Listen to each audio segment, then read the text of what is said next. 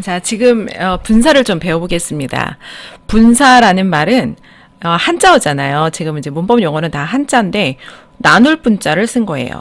그래서 분사의 전체적인 개념과 현재 분사에 대해서 이번 시간에 배울 겁니다. 분사라는 가로 열고 동사가 형용사 역할 이렇게 썼습니다. 제목에다가 이렇게 썼다라는 거는 굉장히 중요하기 때문이에요. 그러니까 많은 학생들이 형태는 알아요. 나무를 보는데 숲을 보지 못합니다. 분사가 무엇이냐라고 물어본다면 현재 분사, 과거 분사 있어요. 현재 분사는 뭐 ing 붙었어요. 이렇게 이야기를 하기도 하고 또 어떤 경우에는 ing만 붙으면은 무조건 진행형 아닌가 이렇게 얘기하는 친구들도 있어요. 그래서 잘못된 것들을 좀 고쳐가고 전체적인 틀을 먼저 잡아갈게요. 그래서 분사에는 현재 분사와 과거 분사가 있는데 지금 두 가지가 있습니다. 현재 분사, 과거 분사. 그래서 이름이 분사가 된 거예요. 나눌 분자를 쓴 거죠. 여러분이 수학을 배울 때도 분수를 배웁니다. 그러면 이때는 수 1이라는 하나를 쪼갠 거잖아요. 2분의 1, 3분의 1 이렇게. 그래서 동사가 형용사 역할을 하는데 지금 두 가지의 쪼개진 형태로 존재하기 때문에 나눌 분자를 쓴 거예요. 좀 문장을 전체적으로 정리하는 기회를 갖기 위해서 설명을 좀 해주겠습니다. 이게 무슨 말이냐면요. 문장을 이룰 때 이제 주어 서술어는 반드시 쓴다라고 배웠어요. 그리고 목적어를 쓰거나 보어를 씁니다. 뭐 쉽게 얘기해서 I love you 이런 식으로 문장을 만들죠.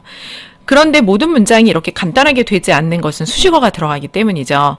그러니까 내가 너를 사랑하는데 어떤 내가 어떠한 너를 어떻게 사랑하는지, 어디에서 사랑하는지, 언제 사랑했는지, 옛날에는 사랑했는데 지금은 사랑하지 않는지 이런 식의 정보를 구체적으로 이렇게 담게 됩니다.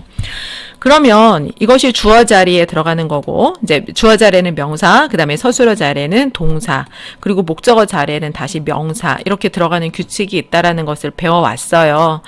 이것을 꾸며주는 단어가 들어가게 되는데요. 문장에서 지금 딱 봐도 간단하게 알 수 있는 것이 명사는 한 번만 들어가는 것이 아닙니다. 명사는 주어에도 목적어에도 또 이제 중간에 이렇게 수식어가 들어가면요. 대표적으로 전치사 다음에 명사를 쓰는 패턴이 있죠. 내가 집에 간다? 그럴 때도 뭐 to home, 아니 to school, to home 아니면은 친구랑 간다? 뭐 with my friend 이런 식으로 들어가는 표현에서도 또 명사가 나오게 돼요. 그런데 동사는 문장에서 한 번만 들어가게 됩니다. 동사가 다른 어떤 기능을 할 때는 또 변신한다 그랬죠. 지금도 우리가 배우는 분사가 동사가 변신하는 것 중에 하나를 배우게 되는 거고요. 그래서 이 동사를 꾸며주는 거는요. 동사가 한 번 나오기 때문에 문장에 아무데나 들어가도 별로 지장이 없어요.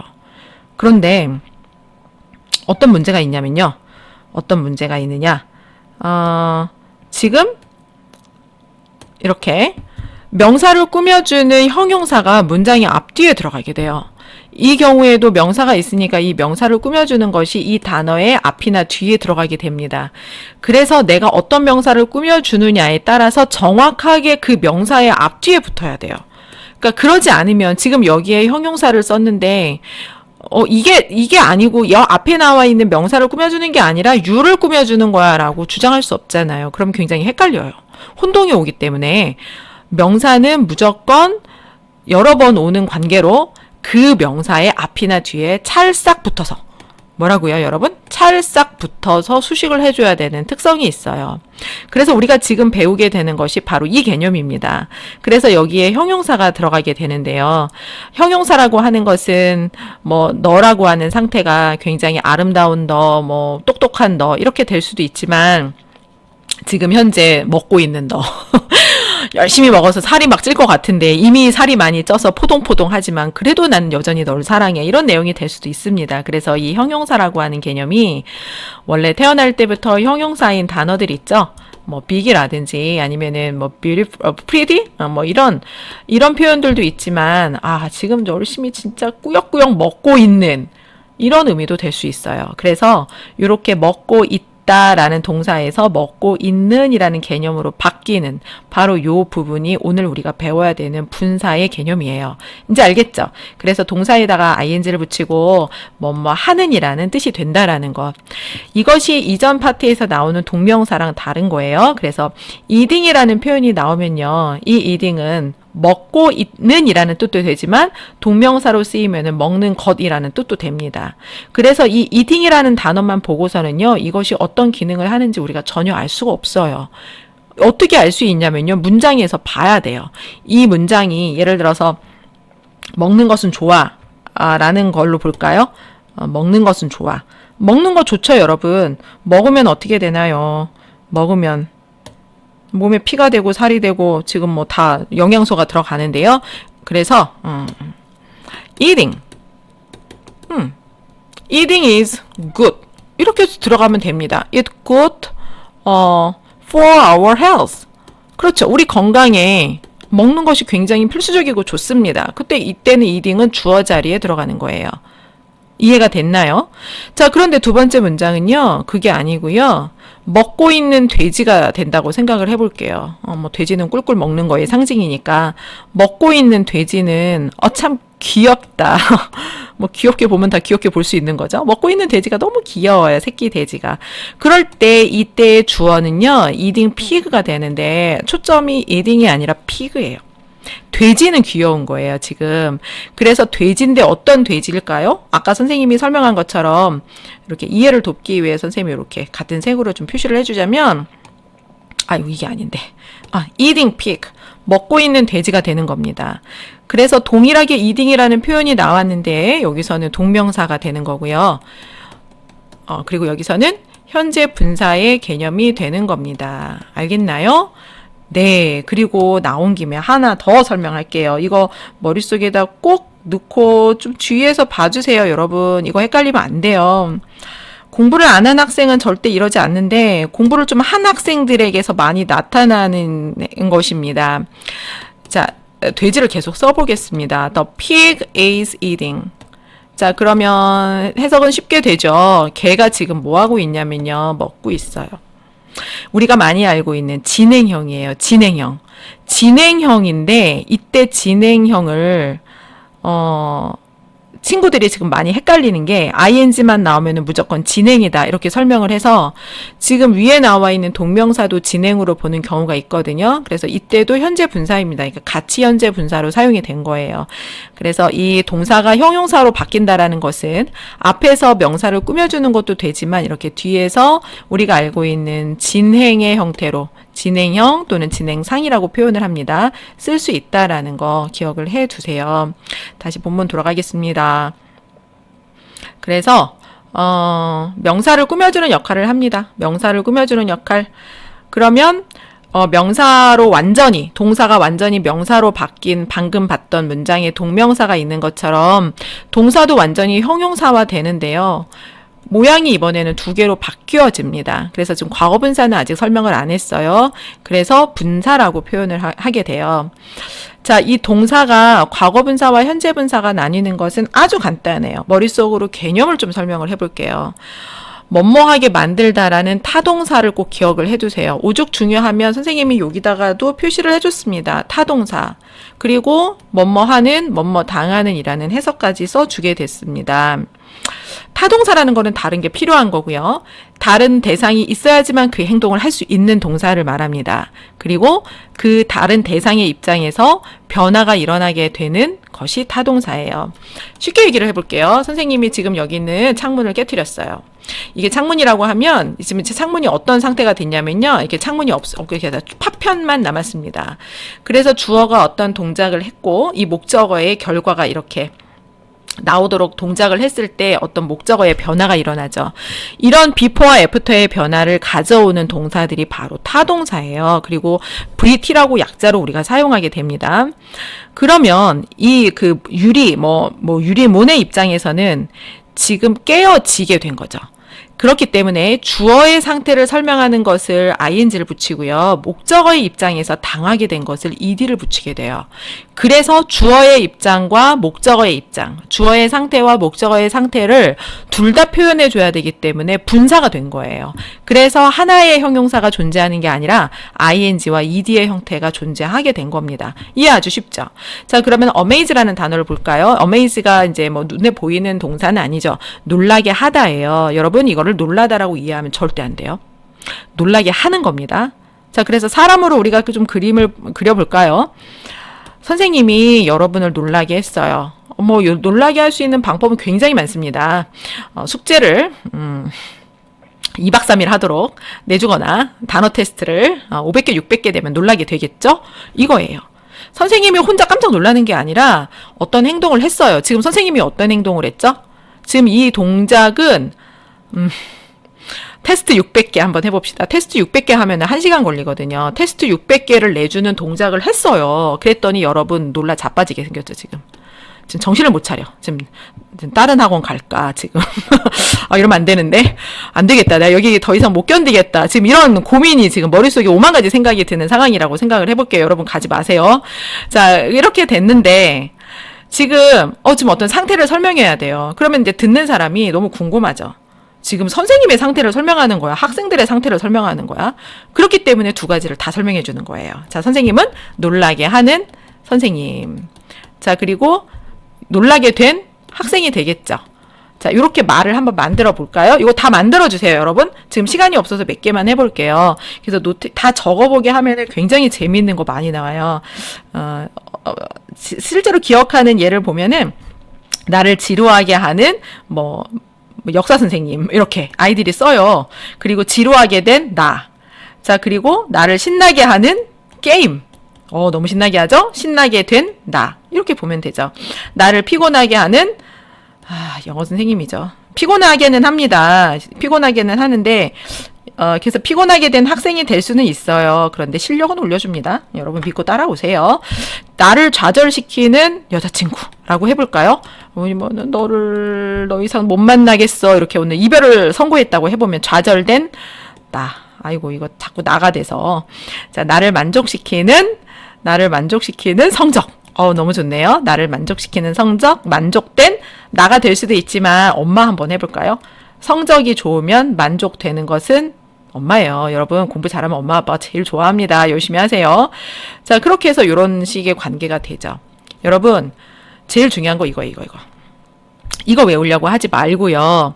이 동사를 보세요. 그러면 이 동사가 confused도 혼란스럽게 하다입니다. 여러분 이거를 혼란스럽다라고 외우면 절대 안 돼요. 그러면은 이 ing와 이 pp 형태, ed가 붙어진 과거분사 형태의 응용이 안 나와요. 알겠죠? 자, surprise도 놀라다가 아닙니다, 여러분. 얘를 놀라게 하다. 놀라게 하는 뭘로 할까요? 나를 놀라게 하는 친구. 그래서 내가 놀라게 된 나가 되는 거죠. 나를 흥미있게 만드는 건 굉장히 많이 있겠네요, 여러분. 나를 흥미있게 만드는 피아노 치기 아니면은 드럼 아니면은 미술 태권도 여러 가지 있잖아요. 자, 그런 것들로 흥미있게 된 사람이 되겠죠. 내가 되든 엄마가 취미를 가지든 이렇게 됩니다. 그래서 이 기본 개념을 여러분 머릿속에다 좀 넣고요. ing는 설명 다 끝났어요. 뭐뭐를 하는입니다. All the people who were eating in the restaurants were tourists. 지금 사람들이 보이는데요. 결국은 관광객이에요. 자, 지금 뼈대를 볼게요. 관광객이 있습니다. 그런데 이 관광객들을 지금 보니까 음식점에서 식사를 하고 있네요. 원래는 문장으로 풀어서 쓴 것입니다. 사람들이 있는데 관계대명사로 그 사람들은 지금 먹고 있는 상태입니다. 음식점 안에서. 그랬을 경우에 이 주어만 생략하는 것은 안 돼요. 그럼 누군지 알 수 없기 때문에 동사부터 시작하는 문장은 없잖아요. 그런데 이 관계대명사와 비동사는 같이 없애버릴 수 있습니다. 그래서 ing 형태만 남아버리면은 이것이 형태적으로 앞에 있는 명사를 꾸며주는 것을 바로 쉽게 눈치챌 수 있기 때문에 생략해버리는 거예요. 영어에서는 알 수 있으면 생략을 하는 암묵적인 규칙이 있습니다. 그렇게 해서 영어가 발달을 했고요. 자, 그래서 ing가 붙으면 명사로 꾸며준다. 이제 다 이해가 됐죠. 그러면서 꾸며주면서 해석은 어떻게 되는 거냐면요. 뭐뭐를 하는 행동을 능동적으로 하는 이라는 의미가 됩니다. 그래서 지금 현재 진행이 되면서 능동되는 이런 개념을 나타내고 있고요. The sleeping baby is my nephew. 잠자고 있는 아이가 내 조카예요. 자, 그러면 이 아이의 상태는 지금 잠자고 있는 상태죠. 그래서 진행을 나타낸다고 볼 수 있어요. 자동사에서 현재 분사를 쓰게 되면요. 진행의 의미만 나타납니다. 이거는 능동이고 수동이고 할 게 없어요. 왜냐면은 그냥 이 아기가 혼자 자면 되는 거거든요. 지금 목적어가 존재할 수 없는 동사이기 때문에 그랬습니다. 자, the baby is sleeping. 같은 맥락이에요. 그래서 이것을 문법 용어로 한정적인 용법, 서술적인 용법이라고 합니다. 이렇게 진행으로 표현한 부분이 있죠. 그래서 비동사 뒤에 설명한 것을 진행 또는 서술적인 용법, 그리고 앞에서 꾸며주는 것은 한정적인 용법이라 그럽니다. I was watching the shocking news. 자, 여기서 쇼킹하게 만드는 뉴스라는 뜻입니다. 자, 이 경우에는요, 능동의 의미와 진행의 의미가 둘 다 있어요. 내가 있고 있으면 뉴스는 사람이 아니니까 뉴스가 나에게 영향을 주었죠. 그래서 이 뉴스의 입장에서는 이게 쇼크를 주다. 영향을 주다라는 뜻이에요. 충격을 주었기 때문에 ing를 씁니다. 충격을 주는 뉴스. 자, 그러면은 응용을 한번 해볼까요? 그래서 나는 쇼킹하게 되었어. 그러니까 쇼크를 받게 되었어라고 했을 때는 I was shocked 이렇게 표현하면 되죠. 네, 다음 문장.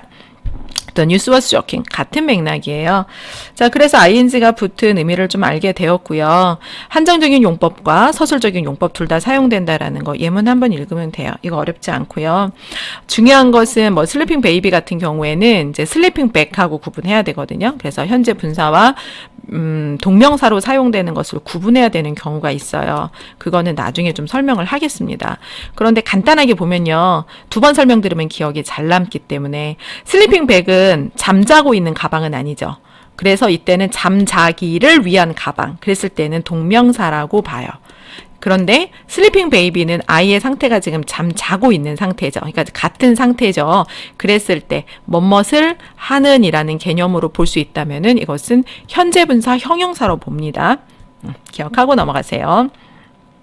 자, 그 다음에 명사가 있으면 명사를 꾸며주는 거는 앞에 나오는 것이 형용사가 원칙인데요. 형용사가 하나의 단어가 나올 때 그래요.